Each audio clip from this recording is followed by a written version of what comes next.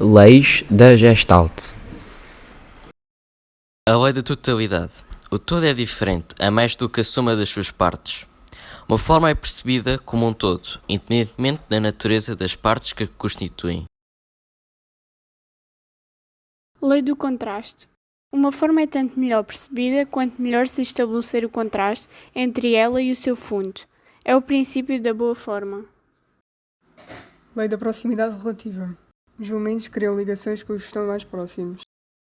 Os elementos do campo perceptivo são separados, mas que são próximos, tendem a ser considerados como grupos ou formas globais.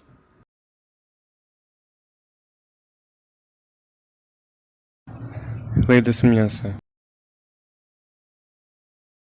Num campo de elementos equidistantes, aqueles que têm maior similaridade pela sua forma, configuração, tamanho, textura, cor, posição, direção, etc., são percebidos como se estivessem ligados entre eles para formar uma cadeia ou grupos homogéneos. Lei da pregnância. Uma forma é pregnante quando se impõe com força e clareza. Quanto mais definida for a sua estrutura, mais simples, mais regular ou mais simétrica, mais pregnante será a forma, logo, mais fácil de memorizar. Pregnância é substituída de boa forma. Princípio da memória. O princípio da memória são as formas que são percebidas com maior facilidade por um indivíduo se forem apresentadas com maior frequência. Princípio de Birkhoff. Uma forma será tanto mais pregnante quanto mais eixos de simetria, regularidade e estabilidade contiver. Lei da simplicidade. Num determinado campo gráfico, as figuras menos complexas têm uma maior pregnância. Uma figura simples é aquela que necessita de um menor número de grafemas para construir. Menos segmentos de reta, menos curvas, menos ângulos, menos interseções. Lei do encerramento-fechamento. Se o contorno é completamente fechado, a mente tende a fechar esse contorno, incluindo nele os elementos que são mais facilmente incluíveis na forma,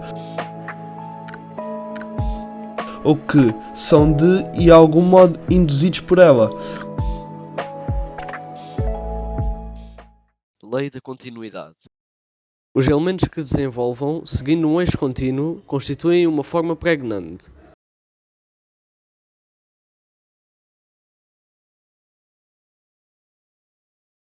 Lei da segregação. O nosso cérebro tem capacidade de diferenciar ou evidenciar objetos, ainda que superpostos.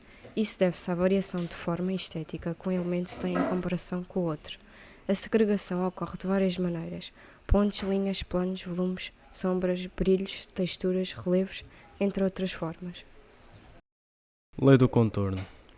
As figuras cujas formas possuem maior contraste sobre o fundo são agrupadas e associadas pela percepção e possuem um alto potencial de pregnância.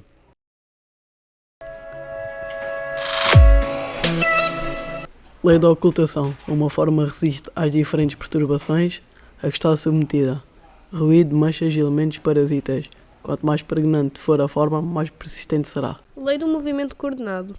Os diferentes elementos que participam de um mesmo movimento constituem uma forma pregnante. Princípio da invariância topológica. Uma forma resiste à deformação e a sua identidade mantém-se independentemente do seu ângulo de observação. Esta resistência dá-se na medida em que a forma é mais pregnante.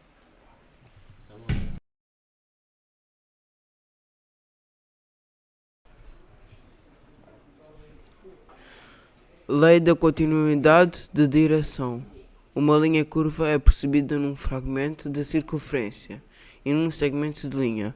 Esta lei relaciona-se com o efeito estroboscópico sobre o qual assenta o fechamento. Se os estímulos visuais se sucedem rapidamente, embora separados,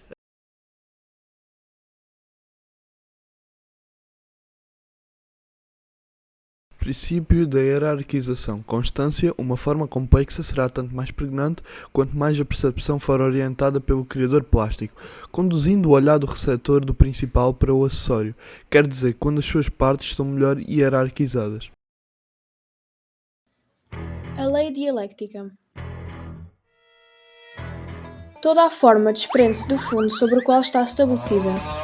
O olhar decide se este ou aquele campo visual pertencem alternadamente à forma ou fundo. Princípio in-out, que é uma das bases conceptuais da pop art. Lei da concentração, chamada também de simetria, e de equilíbrio de inclusão. Os elementos que se organizam à volta de um ponto central, que é o seu núcleo, constituem em todos os casos uma forma pregnante.